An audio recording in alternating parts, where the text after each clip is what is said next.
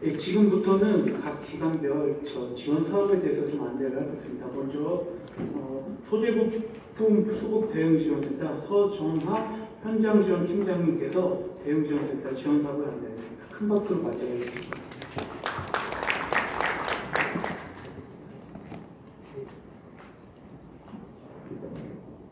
네, 안녕하십니까. 소재부품 수급 대응 지원센터 이 건물 5층에 있거든요. 네, 근무하고 있는 서정환입니다. 일본 수출 대응을 하기 위해서 정보 지원 세체를 설명하도록 하겠습니다. 수출 규제 대응 협력 체계, 그다음에 저희 센터의 기록, 그리고 저희 센터의 역할, 그리고 소재부품 장비계 경기력 제고를 위한 방안, 지원 사례 이런 순으로 설명을 드리겠습니다. 어쨌든 7월부터 세 가지 개별 품목에 대해서 일본이 이제 통제를 했죠. 불화수소, 극자외선이용 레지스트, 그리고 폴리이미드, 플로어링 폴리이미드죠. 그래서 이 세 가지 품목을 규제를 했는데 어쨌든 제가 이 품목 세 가지를 왜 규제를 했을까에 곰곰이 개인적으로 이렇게 생각을 해보면 이 반도체하고 이 디스플레이는 우리나라가 세계에서 가장 최강이죠. 그래서 아까 저기 LG경제연구원에서도 왜 그럴지에 대해서 한 세 가지 관점에서 이렇게 짚어봤죠. 일본 강제 진용 때문이라는 얘기도 있고 여러 가지 세 가지 있었지만 저는 개인적으로 그 세 번째 지목한 우리나라의 첨단 산업에 대한 어떤 견제, 이거는 대외적으로는 얘기를 일본이 하진 않죠. 안 했죠. 강제징용이나 이런 것들은 얘기를 했지만 첨단 산업에 대한 규제 때문이다라는 얘기는 일본이 직접적으로는 하진 않았습니다. 하지만 실질적으로 목표는 그쪽에 있지 않나 그렇게 생각이 됩니다. 그래서 불화수소 같은 경우는 반도체용으로도 쓰이고 물론 디스플레이 쪽으로도 쓰이고 순도가 낮은 거는 그렇긴 한데 어쨌든 원소 자체가 간단하고 고순도이긴 하지만 국산화가 쉽게 이루어질 것으로 보여지고 그거보다 조금 이제 복잡한 구조를 가지고 있는 폴리이미드 같은 경우에도 플로어링 폴리이미드죠. 불화수소는 약간 구조가 좀 복잡하지만 원소 단일 원소이고 그다음에 고분자 종합체인데 한 10년 전부터 우리나라에서 많이 연구 개발도 되어 있고 한 그런 품목이라서 큰 문제는 없어 보입니다.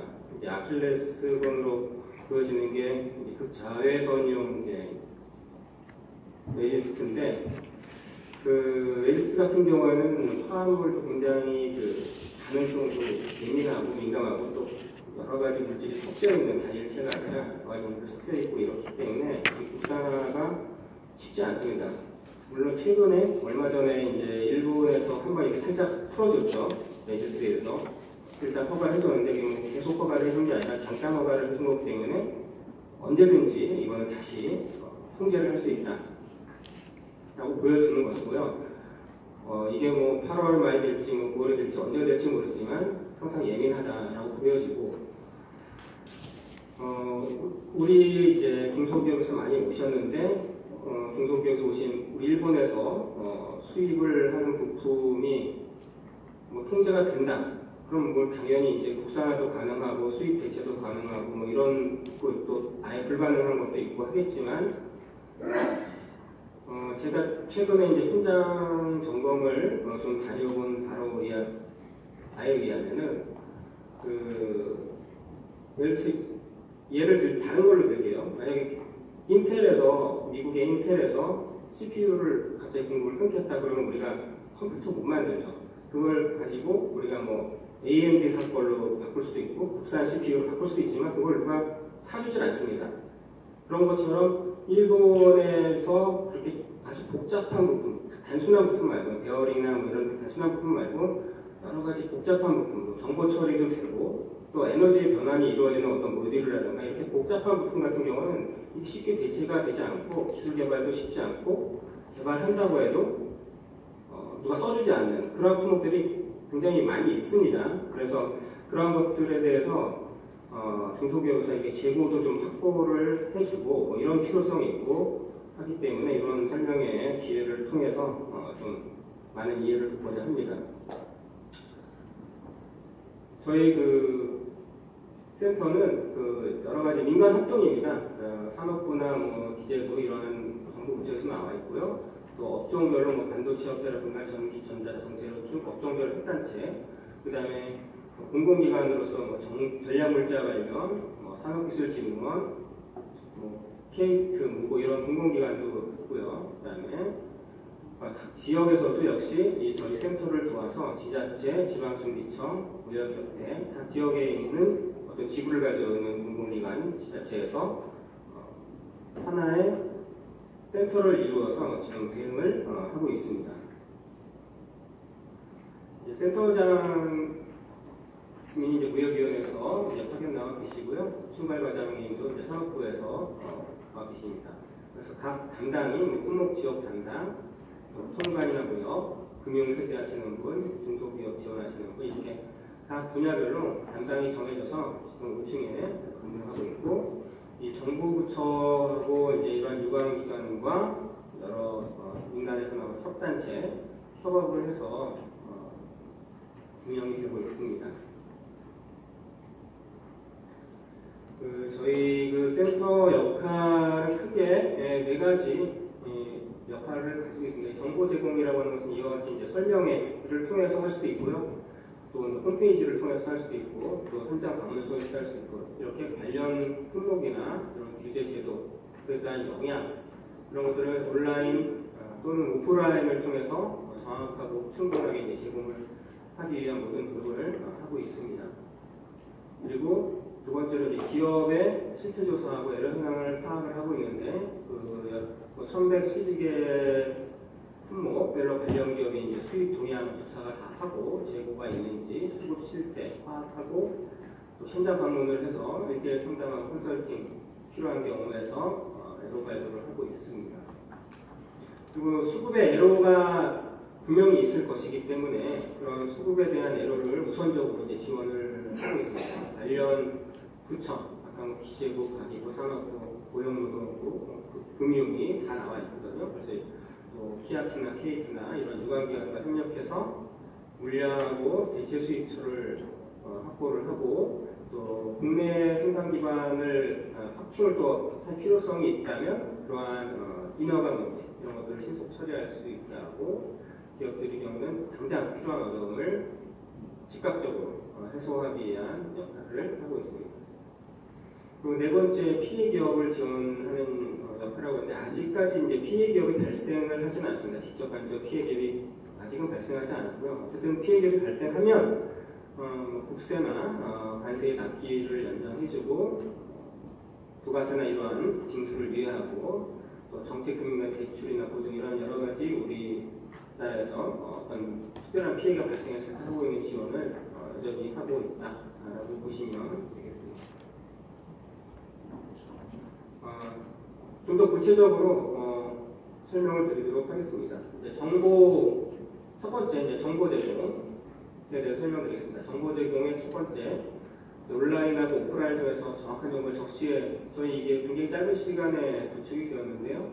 아까 앞에 설명 전략물자관리원에서 설명해 드린 것처럼 jpan.postin.or.kr 이게 8월 2일부터 게시가 됐어요. 그래서 여기에 로그인을 하시면 크게 품목 검색 창이 하나 뜹니다. 그래서 한번 들어가 보셔서 우리 회사에서 수입하는 품목을 검색을 누르시면은 그 품목이 어떠한 문제가 있는지 일단 1차적인 진단을 볼 수가 있어요. 그래서 그 정도 한번 해보시면 오늘 여기에 오셔서 들으시는 어떤 그런 의미는 있지 않을까. 그래서 검색을 한번 해보시고,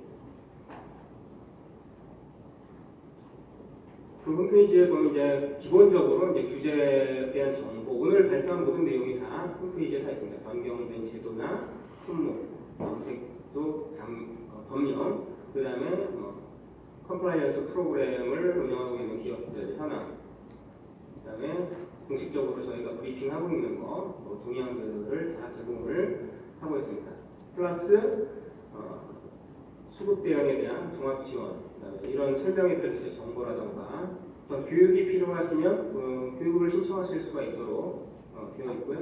또 오셔가지고 오시면 바로 상담할 수 있으니까 상담할 수 있게 되어 있고 설문조사도 하고 의견 개진도 하고 그렇습니다. 그리고 홈페이지 내에 일본 아까 1,300개 정도라고 했는데 컨퍼런스 프로그램을 운영하고 있는 기업들을 검색을 하시면 우리가 수입하고 있는 일본에서 수입하고 있는 품목을 이 해당 기업은 특별 일반 허가를 받고 있거든요. 특별 일반 허가. 그래서 3년 정도 그냥 그전 기존하고 똑같이 그렇게 이제 수출 수입을 하고 있어요. 그래서 다행히도 이러한 기업에 있다라고 한다면 그냥 수입을 하시면 되겠습니다. 그럼 큰 문제는 없다. 현재로서는 아까 그 세 가지 품목, 개별 허가를 받은 불화수소, 폴리이미드, 자연성분, 레지스트 이런 것처럼 일본 정부에서 특별히 지정을 해버리면은 그때는 뭐 이런 기업도 뭐 의미가 없어요. 다 일일이 90일 정도 허가 기간이 필요로 하고 통제를 받아야 되고 이렇습니다. 그런데 어쨌든 그러한 일본에서 지정하지 않은 품목들은 대부분 거의 대부분 제가 보니까 거의 대부분 해당되더라고요. 일본 CP 기업을 검색을 해서 매칭해 보시고 수입선을 바꾸시던지 아니면은 해당 기업에서 계속 수입을 하고 있었다면 큰 문제 없이 여전히 할 수 있다라고 그렇게 이해를 해 주시면 되겠습니다.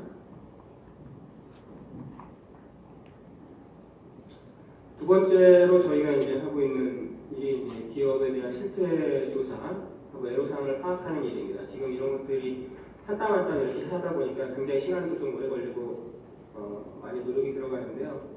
이 콜센터를 통해서도 하고 있고 또 이 에스크 메일이라고 공통 메일이에요. esk.1670-707 여기로 애로사항을 이메일로 보내시면 자세한 내용과 함께 보내시면 저희가 거의 직접 대응으로 하고 있기 때문에 여기에 메일을 보내셔서 애로사항을 접수해 주시면 되겠고요.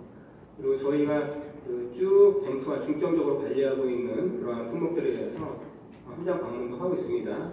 현장 방문대에서 조사를 하고 있고 또 지역 네트워크인 지방중소기업 벤처기업청 그다음에 지방자치단체에서도 여전히 그 해당 지역 내에 있는 기업들을 모시고 이런 설명회도 열고 상담도 접수받고 하고 있으니까 또 지방에서 오신 분들은 해당 지역에 있는 중기청이나 지자체에 문의하시는 것이 이제 편할 수 있습니다. 그다음에 업종 네트워크가 특정 업종별 협회, 기계협회, 경기전자 반도체 협회들이 많이 있죠. 그런 단체의 네트워크가 분명히 회비를 내고 계실 테니까 그쪽에 문의를 하시면은 또 그 협회에서도 지금 다 한 번씩 와 계시거든요. 바로 대응이 가능하다 이렇게 보시면 되겠습니다. 에러 유형을 이렇게 보면은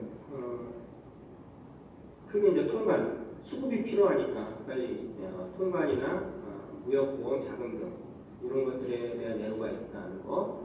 그다음에 지금은 당장 수급이지만 이제 수급을 변경을 할 수 있겠죠. 그 변경을 하기 위한 대체처, R&D, 또 인허가를 위한 패스트트랙 이런 것들의 유형이 있고요. 마지막으로 이제 더 적극적인 규제나 제도 개선 등 이런 유형으로 볼 수가 있습니다. 그래서 이런 통관이나 이런 것들은 바로 즉시 해결을 해주고 있고 저희가 보니까 이제 실적이 있더라고요. 실적이 좀 있고 쌓이고 있고 또 대체처나 R&D 이런 것들은 R&D 같은 경우 케이트, 피아트 여러 가지 유관기관이 있고 대체처 발굴을 하는 데는 무역투자공사, 대한무역투자공사라고 프라에서 해주고 있습니다. 여전히 푸트라에서도 ICP 기업도 이제 대응을 해주고 있고요. 또 해외 다른 대체 국가의 기업도 대응을 해드리고 있습니다. 그다음에 규제나 제도 같은 것이 필요한 것들은 개선이 필요한 것들은 각 부처, 기재부, 과기부 다 나와 환경부 다 나와 계시기 때문에 행안부 제도 개선을 통해서 대응을 하고 있습니다. 다음으로 세 번째 내용은 이제 재고죠, 재고. 지금 수입 잘 되고 장사 잘 되고 있다고 해서 그냥 마음을 놓고 계시면 안 됩니다. 갑자기 한 달 후에 일본이 우리 일본 수입하는 거를 개별 허가로 바꾸겠다. 이렇게 일본에서 통보할 수가 있지 않겠습니까? 그렇게 되는 경우에 변경이 가능한 것도 있지만 실제로 통보 일본이 마음만 먹으면은 변경이 불가능한 품목을 얼마든지 고시를 할 수가 있어요. 그런 것들은 만약에 수입을 못하면 물건을 못 만드니까 매출이 0으로 돼버리죠. 예, 그러한 피해를 받을 수 있는 점인지 스스로 좀 판단을 하실 필요가 있고, 그러면 어떻게 해야 되겠습니까? 지금 우리가 3, 4개월치 재고를 확보하고 있다 그러면은 한 1년치 재고, 쉽게 말하면 사재기를 해놔야 되죠. 그렇죠? 그렇게 해서 쌓아놓고 나서 두 번째로 이거 말고 또 다른 데서 수입할 수 있는 거를 테스트해보고 할 수 있는데 있는지, 변경처가 있는지, 수입 변경할 수 있는 데가 있는지, 또는 국내에서 조달할 수 있는지, 또는 기술 개발로 대체할 수 있는지를 천천히 검토를 해봐야겠죠. 그래서 가장 먼저 일단 재고부터 확보를 하셔야 돼요. 우리가 일본의 전략물자에 해당되는 거다 그러면 일단은 지금 안전하다 할지라도 재고를 좀 충분히 잡아두시고 1년치 정도가 될 수도 있고 2년치가 될 수도 있겠지만 충분히 잡아두시고 경영을 하시는 것이 이제 안전하다라고 보시면 되겠습니다. 그러기 위해서는 보세구역의 장치도 해야 되고, 그러려면 장치 기간도 연장해야겠죠. 그 다음에 신고 수리 부분 반출 기간도 연장해야 되고, 이런 것들은 즉시 대응을 하고 있습니다. 관세청에 나와 계시거든요. 통관도 신속하게 해드리고 있습니다. 그다음 그거보다 이제 두 번째 2단계로 대응할 수 있는 게 신규 수입처 확보를 지원하는 거죠. 그래서 신규 대체 수입체를 발굴 지원할 수 있는 게 이제 무역보험공사에서 무역보험을 대신 수입을 해야 되니까 무역보험을 일괄 보증을 해드리고 담보를 추가 제공해드리고 그런 거고요. 공급처를 발굴하는 것은 우리 포트라에서 굉장히 이런 네트워크가 최근에 많이 강화가 되어 있어가지고요. 포트라에서 많이 도와주고 있는 것으로 알고 있습니다. 포트라에서 기존에 비용을 50% 경감해서 이런 대체 조사 비용을 부담해 준다고 하니까 참조하시기 바라고요.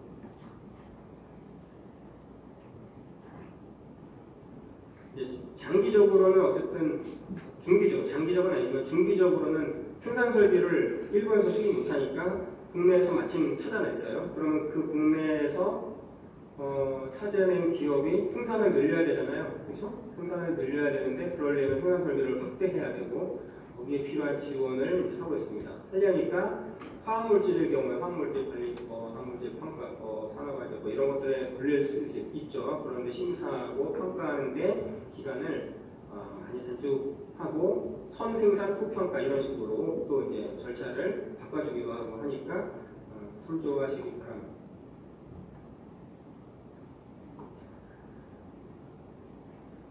그리고 그렇게 생산 설비를 확대하지 않고 생산을 많이 할 수 있는 방법이 연장 근무, 오버타임 이런 것들을 하면은 또 생산량이 늘어나겠죠. 그러기 위해서 특별 인가 연장 근로 제도를 고용노동부에서 해주고 있고요. 재량 근로제 이런 것들에 대해서 허가를 받아서 하실 수 있도록 각 지방제 고용청이 있잖아요. 거기서 허가를 받아서 52시간이 넘는 근로에 대해서 처리를 해드리고 있으니까 이런 연장 근로에 대해서도 참조하실 수 있겠습니다.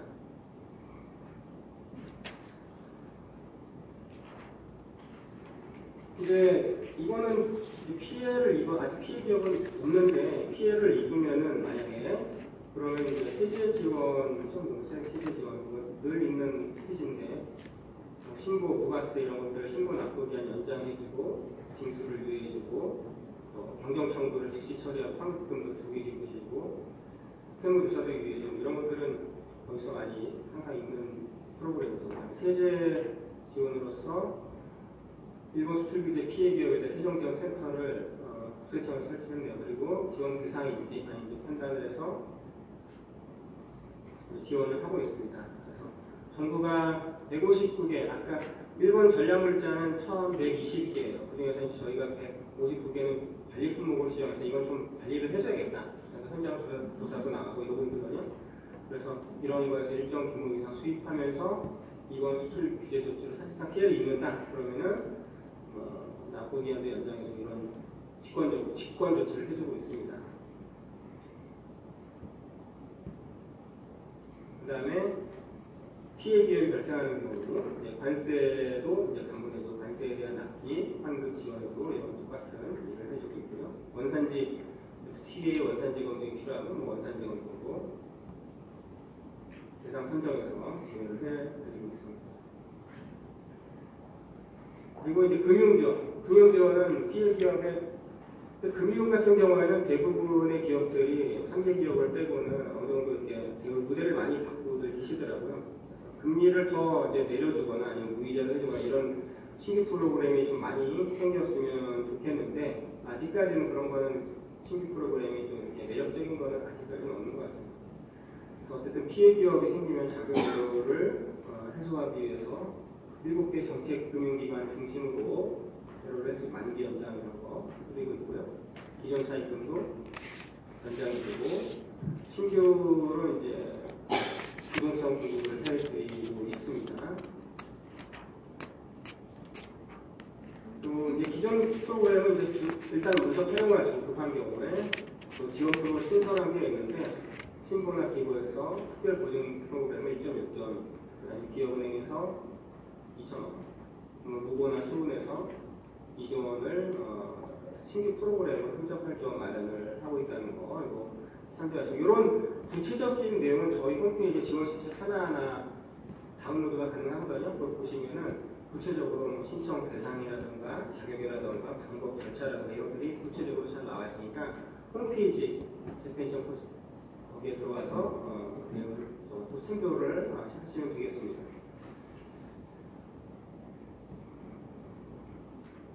그리고 금융지원으로서 사는 기업 이런 데서 프로그램들을 마련하고 그런 프로그램이 있습니다.